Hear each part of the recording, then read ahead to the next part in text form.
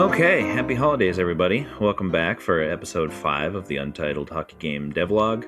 I obviously didn't manage to sneak this one in under the wire before Christmas, but I'm sure you are all busy with your own family time anyways, so let's go ahead and jump right into it. The big change this episode is that I've created this whole new dialogue system, totally separate from the code that I was using to create pop-up windows. So let's see it in action first.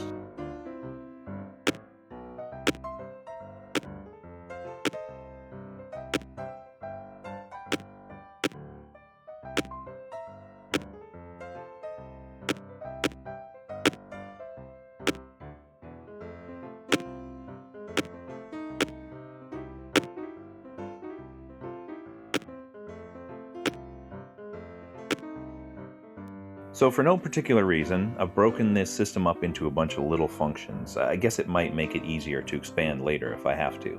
And for these screenshots, I've cleaned up most of the debug print statements here, so hopefully that makes it easier to follow along. Anyways, when you press the New Game button, you first go to the dialog room where it calls Dialog Event. This has an optional choice variable, which you can just ignore if it's a notification event instead of a choice. The code then creates the pop-up window, and the room object keeps track of who's speaking, what portrait to display, etc., because I know the player can't leave the room until we're finished. If the dialog event is a choice, it also lets the room object know which choice you're being asked to make, and it will eventually know which decision you made. So every time you left-click, it calls Advanced Dialog, so that I know when we've reached the end, and that way I know whether to create the choice buttons or just close the pop-up. And right-click takes you backwards, in case you want to read the last line again. When you pick one of two options in a choice, it ultimately calls Results, which is where the actual consequences of your choice is carried out. Right now, when you start a new game, you can only say no to the rover and yes to forward passing, so here both of those options are just set the global no matter which button you pick. In the example choice, though, when you're told that your left and right wings aren't getting along and you have to sit one of them, the results function is where I put the actual code that moves the picked player to the bench. I also created this dialogue control function because I needed a way for the game to know when it should create pop-ups, sort of like a cutscene controller.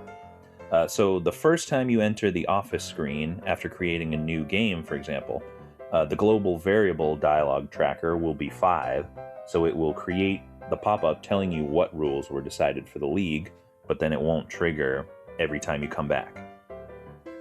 And here you can see the way the data is organized. I'm not sure that this is the best way to do it. I can see this getting confusing because there's multiple ways to do it, each with its own pros and cons. Like, I couldn't decide if I should try to keep every conversation you'll have with a character in order, or try to keep the notifications and choices together in two separate groups, or just add things to the end of the list as I create them. As you can see, I went with trying to keep everything in the order that the player should see it, which makes it easier for me to make sense of while I'm writing code. But that means that if I wanted to go back and add something into the middle of the conversation later, it would change the convo number, which is really the index, of everything that comes after it. Probably what I should do is turn everything into structs, like I did last episode with all the player stats. All of the dialogue could be in one big array, but separated into notifications and choices, and then further split down by character. Then I could boil the location of the text down to something like dialog.notif.commish_index1, instead of having to think, okay, this is notification number 1, but the convo number is 3 because we've already seen one notification and 2 choices from the commissioner before. You see what I'm saying. Another big update. As of last episode, the AI League season was simmed behind the scenes, so next I wanted to make the AI League have playoffs. So to start, I had to make my playoff code league agnostic, so I had to rewrite that, which necessitated rewriting everything else that referenced that code. But then I needed the calendar page to show both leagues' games, so I genericized the display code and added the button to toggle between leagues. Then I needed to actually sim the games and store the data from them, so I had to make the playoff game code flexible too. Eventually, I'll work my way back to the start of the game and hopefully have player leagues and AI leagues working identically under the hood. But for now, the AI playoffs are simmed and you wind up with 2 champions at the end of the year. You might have noticed me working on this in the background time-lapse of the last episode, but I've now implemented scrolling text boxes for stats.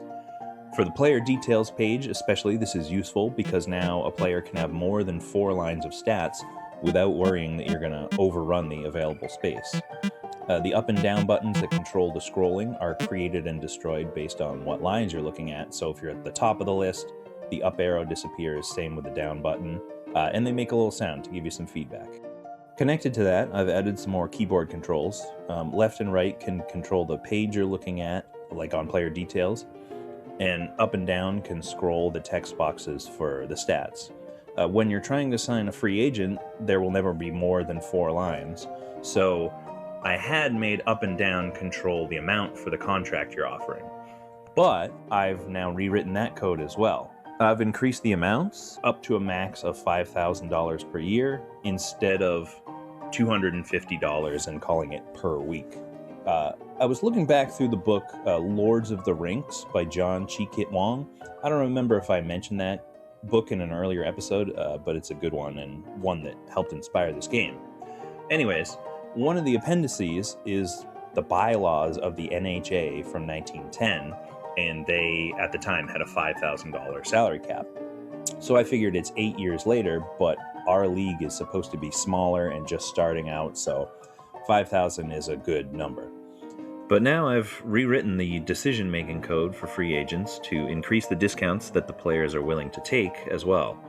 Taking $100 or $200 discounts off of $500, $700, $1,000 contracts is almost exactly the same percentage-wise as the old $5 or $10 discounts off of $20, $30, $50 contracts. And I don't think I've mentioned this before, but it's not a hard cutoff. Depending on the player's mood when you offer the contract, they decide a slightly randomized amount I call range, and that's how much they're willing to accept off of their ask. So right now it's pretty simple. If you give them what they're asking or more, they will accept it guaranteed. If you're within the player's range, there's a large chance that they will accept it, but it's not guaranteed. Then I have another variable called modifier. It'll be something small like 1.1 or 1.2. So if the difference between what you're offering and what they're asking is less than the range times the modifier, there's a small chance they'll accept it, but a large chance that you'll just decrease their mood instead.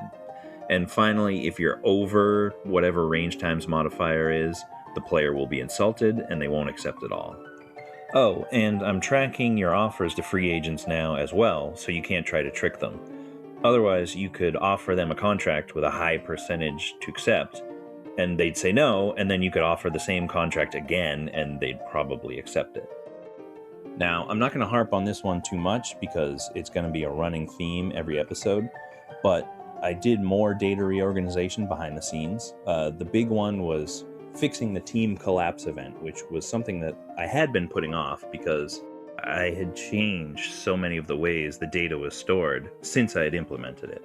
I thought it would be a lot of work, but it actually wasn't as bad as I expected. I'm glad I did it though, because it tipped me off to a problem with my data structure. As I mentioned last episode, in the stats array, I was storing the player's team as a number, which was their team's unique ID. So I could easily look up the team's name when I needed it from the array where it's stored.